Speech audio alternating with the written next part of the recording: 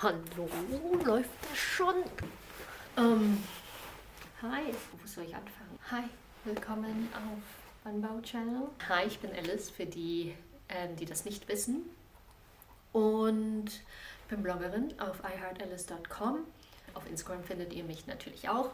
Und da war ich natürlich ein bisschen aktiver als hier auf dem YouTube-Kanal, aber ich dachte mir, für dieses Jahr 2022 ist es jetzt Zeit, ein bisschen mehr wieder zu reden.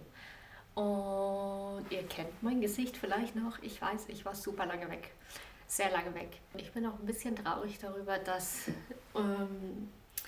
Wannbau so ein bisschen vernachlässigt wurde und mein letztes Video, ungelogen, einfach mal ein Jahr her ist. Ich bin ein bisschen schockiert darüber, wie schnell die Zeit vergeht, aber okay, während einer Pandemie ist das halt auch ungewöhnlich, leider. Warum ich jetzt einfach mal, ich habe mir jetzt kein Skript gemacht, ich habe mir nichts aufgeschrieben, ich wollte mich hinsetzen und eigentlich alles aufschreiben, aber letztendlich habe ich mir gedacht, okay, mach das jetzt einfach, denk nicht darüber ich denke einfach viel zu viel darüber nach. Ich liebe es eigentlich, Videos zu machen, das ist etwas, was ich sehr vermisse. Natürlich mit Corona da draußen ist es so ein bisschen schwierig, da ein bisschen up-to-date zu sein, überhaupt viel zu reisen. Und da ist es halt so ein bisschen auf der Strecke geblieben. Wir starten dieses Jahr ganz frisch, ganz neu. Es kommt regelmäßig Videocontent. Ich muss mich da auch selber pushen. Und wenn ihr auch Bock drauf habt, dann würde ich mich natürlich total darüber freuen. Deswegen habe ich so einen kleinen January-Vlog gemacht. Ich zeige euch, wie mein Januar war und erzähle jetzt im Nachhinein so ein bisschen, okay, wie generell so die letzten 2 Jahre oder auch das letzte Jahr so ein bisschen für mich war. Wo fangen wir hier an? Es gibt eigentlich ganz schön viel zu erzählen. Ja, Corona hat so einen kleinen Strich schon durch alle unsere Pläne gemacht, glaube ich, weltweit so ein bisschen. Und es ist ein bisschen schwierig gewesen, so einen neuen Alltag zu finden, so nach 2 Jahren, glaube ich, so langsam. Jetzt haben wir den Dreh raus. Jetzt haben wir konnten wir uns ungefähr ein bisschen akklimatisieren. Ich arbeite immer noch hauptberuflich als Bloggerin und natürlich, weil ich auch ein bisschen mehr zu Hause sitze, ist Fashion ein ganz großes Thema auf meinem Blog. Es wurden jetzt ein bisschen mehr Outfits wieder geshootet in den letzten 2 Jahren. Vor allem Interior-Projekte sind ganz groß geworden. Also eigentlich bin ich kaum zu Hause. Immer mindestens 6 Monate, jetzt nicht im Stück, aber 6 Monate unterwegs, überall, egal wo. Und bin einfach nur am Essen und Entdecken und Fotografieren. Und jetzt, da ich jetzt mal zu Hause sitze und auch das 100. Puzzle durchgemacht habe und auch da keine Lust mehr habe, habe ich mich einfach so ein bisschen an das Projekt Interior herangemacht. Das heißt, es gibt super viel neuen Interior-Content auf dem Blog, als auch Social Media.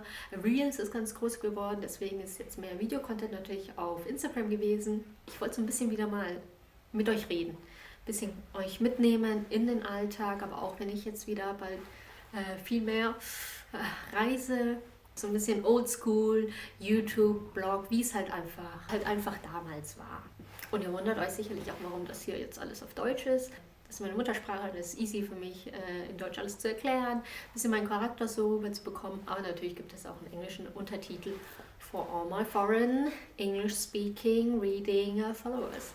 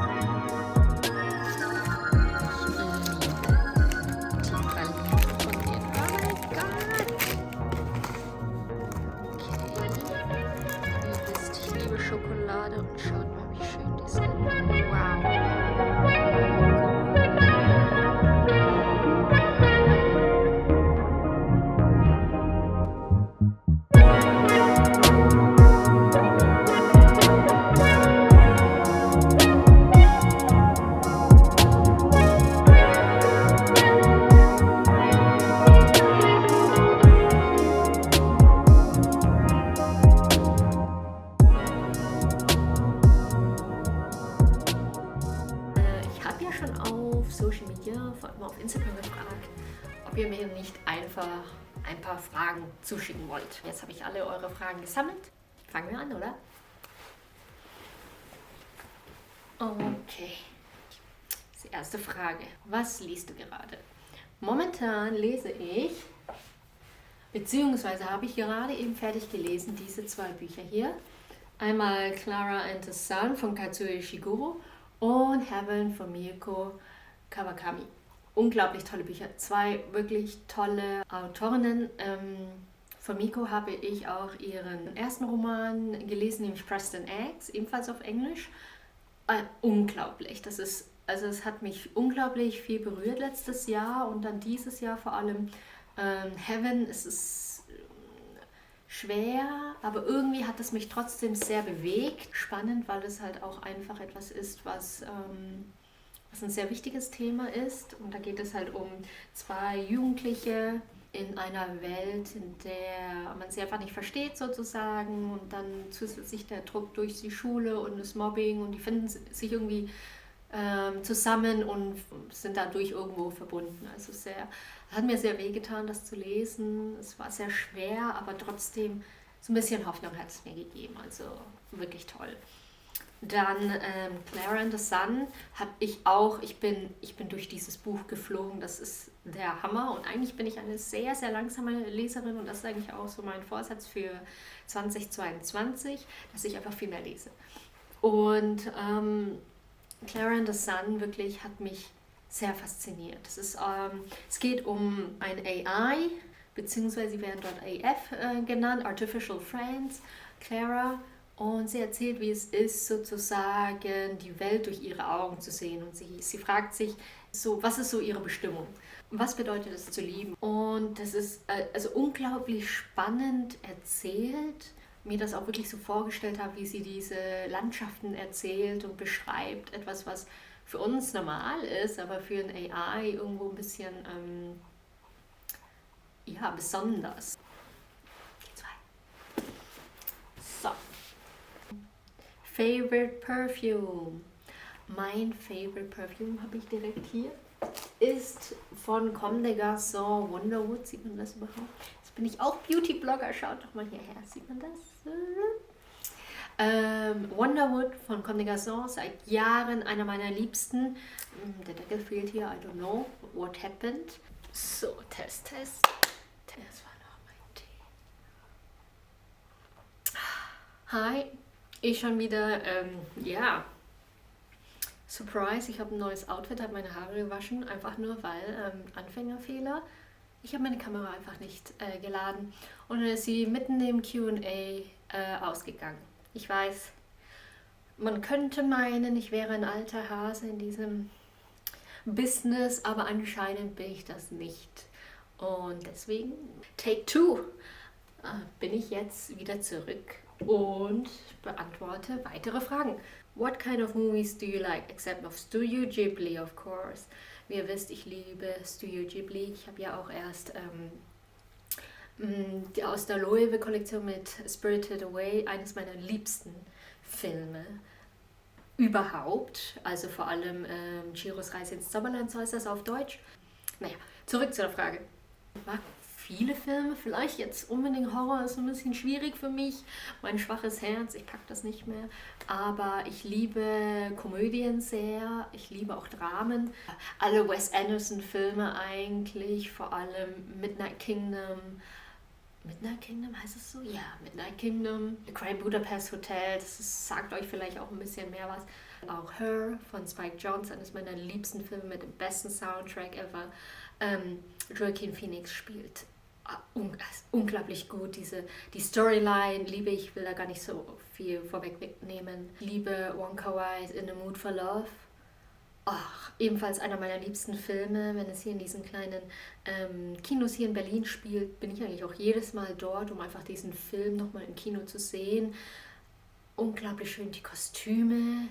Maggie Cheung, oh mein Gott. Einfach unglaublich schön, eine wunderschöne Liebesgeschichte. traurig, aber irgendwie, ich weiß nicht, so spielt das Leben. Ne? Parasite zum Beispiel fand ich auch unglaublich toll, wegen einfach dem schwarzen Humor, den gesellschaftskritischen Aspekt in diesem Film, Atmosphärik, der Hammer. Also der Humor auch generell, die Schauspieler sind der Hammer. Also falls ihr den noch nicht gesehen habt, bitte unbedingt angucken. Und bin auch immer noch großer Fan von Disney, Pixar, Encanto, Raya, Coco vor allem, Moana. Also, welche Reise war deine schönste? Uff, bin schon lange nicht mehr gereist, aber es gibt wirklich unglaublich viele Reisen. Also, das hört sich immer so an. Also, alle meine Reisen sind schön. Viele meiner Reisen sind schön und ich erinnere mich auch sehr, sehr gerne an alle meine Reisen zurück. Wie ihr sicherlich hier auf dem Banbao-Channel auch schon gesehen habt, gibt es unglaublich viele Reisevideos. Aber meine Liebsten sind wirklich die, die so ein bisschen überraschend sind, ein bisschen anstrengend und so ganz bestimmte Gefühle in mir auslösen, wie zum Beispiel mein allererstes Mal nach 10 Jahren zurück in Saigon, Vietnam. Das war eine unglaublich emotionale Reise für mich, einfach so als Vietgeo zurück sozusagen zu den Wurzeln meiner Familie zu reisen, in die Stadt zu reisen, die ich bisher so ein bisschen vermieden habe, einfach auch wegen diesem emotionalen Druck und der Geschichte meiner Eltern, die ja auch vor dem Vietnamkrieg geflogen sind. Und das sind so Dinge, das hat mich einfach irgendwie alles so ein bisschen, das hat mir so ein bisschen Angst gemacht. Und es war unglaublich schön, wieder dort zu sein, die Leute, mit denen zu sprechen, das Essen zu essen, und einfach auch so zum Teil einen Teil der Familie wieder zu sehen nach 10 Jahren. Das ist halt wirklich, das ist ein ganzes Jahrzehnt, oh Gott. Dann Mexiko, immer noch eines meiner Top-Favoriten auf meiner Liste. Ich liebe Mexiko unglaublich. Die Leute, die Menschen, die ich dort getroffen habe, das Essen, die Kultur, die Geschichte, das ist alles so unglaublich. Es hat so irgendwie so ein bisschen Parallelen zu Vietnam gehabt in vielen Hinsichten. In vieler Hinsicht einfach, weil ich weiß nicht, die Menschen, das war so, ich habe die Sprache nicht so gut verstanden, also ich kann kein Spanisch, aber irgendwo war das trotzdem so ein Lebensgefühl und konnte so ein bisschen auch immer erahnen, okay, was die Leute reden und konnte mir einige Sätze merken und so, das Essen, oh mein Gott, mexikanisches Essen, ein Traum. Ist ja auch überall Koriander drin, I love Team Koriander hier, definitiv. Dann auch einfach generell die Farben des Essens, alles, was soll ich dazu sagen? Tokio ist immer, ich könnte jetzt eigentlich von allen meinen Reisen reden, aber noch eins. Japan zum Beispiel, einfach weil ich schon immer auch von klein auf viel Animes, Mangas gelesen habe, immer noch tue und so ein kleiner Geek da bin, war das einfach so ein kleiner Lebenstraum, den ich mir 2015 erfüllt habe, das allererste Mal in Japan mit Freunden. Gott, ich verlinke euch dieses Video, das ist auch wirklich toll. Shoutout an Sarah Michi, hallo. Und ja, das war unglaublich toll, das allererste Mal einfach in Japan zu sein und alles neu zu entdecken und dann auch die Schauplätze und die Orte in Tokio zum Beispiel zu sehen, die du eigentlich nur aus Mangas kennst. Das war so ein kleiner Kindheitstraum und das ist auch, glaube ich, deswegen habe ich eine sehr große Verbindung zu Japan, meinen Reisen dahin.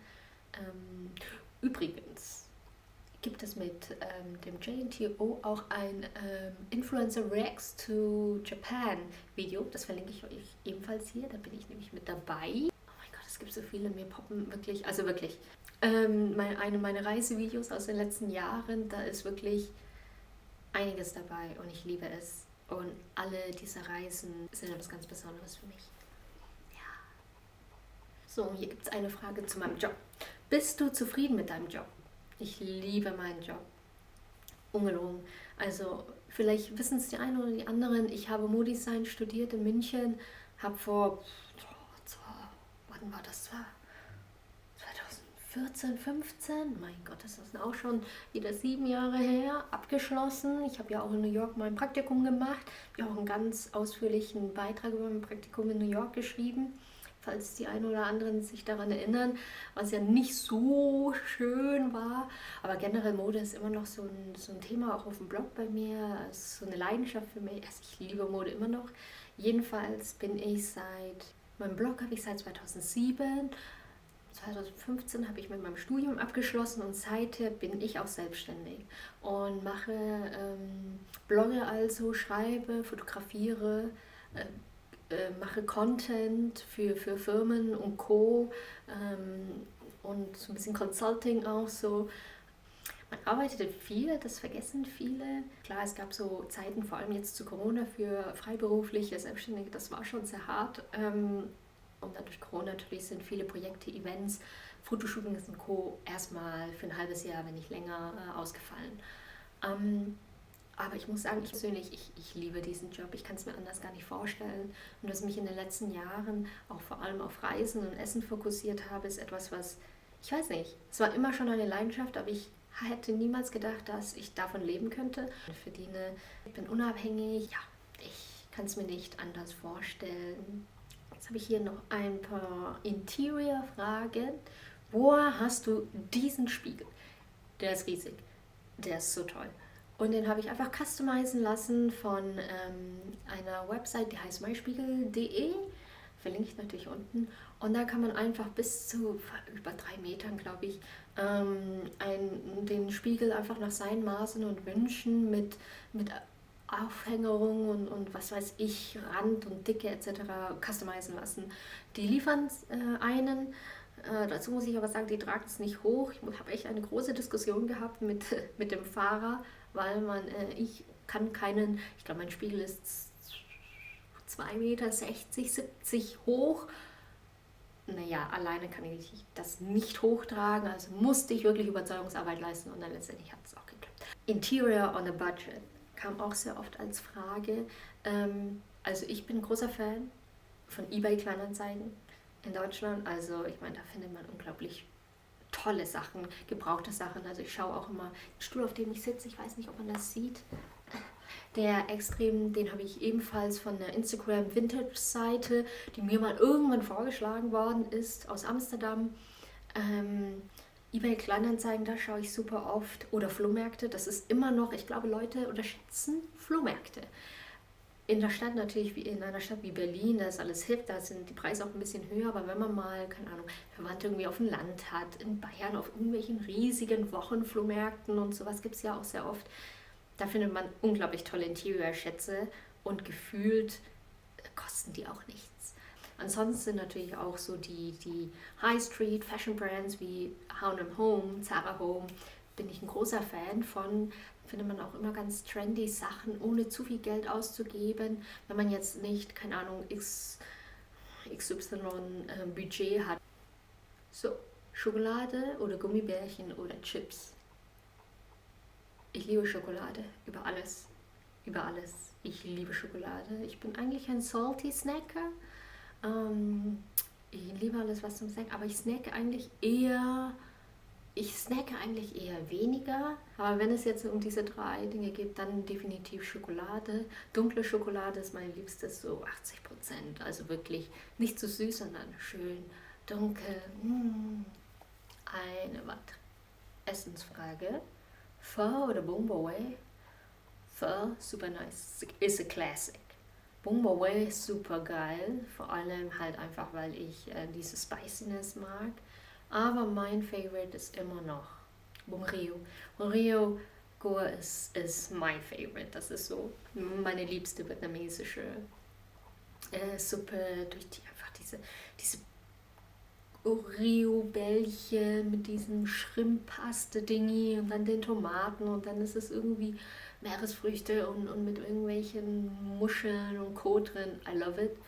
Manchmal sind da auch Blood Cubes drin.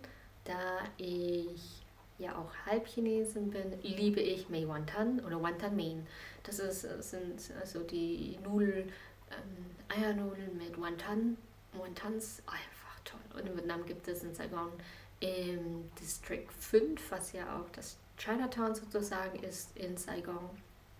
Und auch die chinesische Seite meiner Familie herkommt, da gibt es einer der besten Mei Wantan Läden ever. Liebe ich für immer. Ich bin immer dort, wenn ich in Saigon bin. Da muss ich mindestens einmal, zweimal gegessen haben und die Nudeln sind der Hammer. Richtig al dente, bissfest und dann die Wontons dazu, ein Traum, die Brühe. Mehr braucht man nicht. Ganz simpel, aber unglaublich gut. Also ich bin ein Bungrio oder Wonton Mein Girl. Definitiv. Ist Peng Puff Peng wirklich dein Bruder? Ich sage immer, er ist mein Bruder, aber er ist eigentlich nicht mein Bruder. Aber wir haben eine Bruder-Schwester-Dynamik. Wir kennen uns seit über 10 Jahre? 10 Jahre? Und wir haben schon zusammen gewohnt in der WG zu meiner Studentenzeit. Und eigentlich, er ist mein Bruder. So, Punkt. Er ist mein Bruder. Habe ich jetzt so beschlossen. Er kann da auch gar nichts dagegen sagen und alle anderen auch nicht. So. Ich habe aber 2 Schwestern, 2 jüngere Schwestern. Ich bin die älteste von 3. Also sozusagen sind wir jetzt 4 Geschwister. Introvert or extrovert? Oh. Also in bestimmten Situationen, ich bin eigentlich schon eher ein extrovertierter Mensch. Ich würde mal sagen, ich kann eigentlich ganz okay auf Menschen zugehen und es gibt bestimmte Situationen, da bin ich auch lieber doch eher im Hintergrund, bin dann so, ja, no need. Aber ich bin schon sehr gerne live auf a Party, ich erzähle sehr gerne Geschichten. Es gibt wirklich Phasen, wo ich gerne einfach zu Hause bin, gerne auch niemanden sehe, aber ich glaube, das ist so eher die Social Battery, die aufgeladen werden muss, wenn man eigentlich jeden Tag unterwegs ist. Und dann auch mal gerne Zeit für sich beansprucht. Kannst du dir vorstellen, woanders in Deutschland als in Berlin zu leben?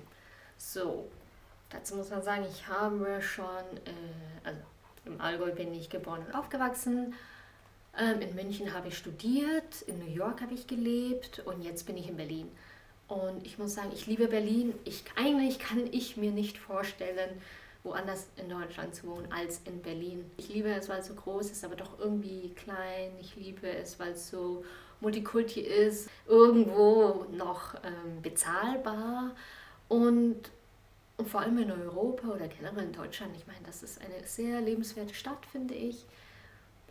Deswegen ist Berlin eigentlich genau richtig. Man hat so seine Kieze, wo es sich anfühlt, als wäre man im Dorf. Das ist ganz cool. Und dann hast du halt andere Ecken, die so ein bisschen wilder sind, ein bisschen chaotischer sind. Keine Ahnung, wo. Ich liebe das. Also ich kann es mir eigentlich wirklich gar nicht vorstellen, nicht in Berlin zu wohnen. So, das war es erstmal mit diesem kleinen Q&A und ich glaube, das Video ist schon ganz schön lang geworden. Vielen Dank, dass ihr es bis hierhin geschafft habt und noch nicht von mir müde seid. Würde mal sagen, let's start Alice's Video-Content. Ich freue mich, wenn ihr ein Abo da lässt, ein Like und eure Glocke anmacht oder wie auch immer. Wie machen das die Leute? Folgt mir auf Instagram und Co. Ich freue mich darüber. Wenn ihr Fragen habt, gerne einfach immer in die Kommentare. Ich versuche, sie so gut wie möglich zu beantworten. Und ja. Danke.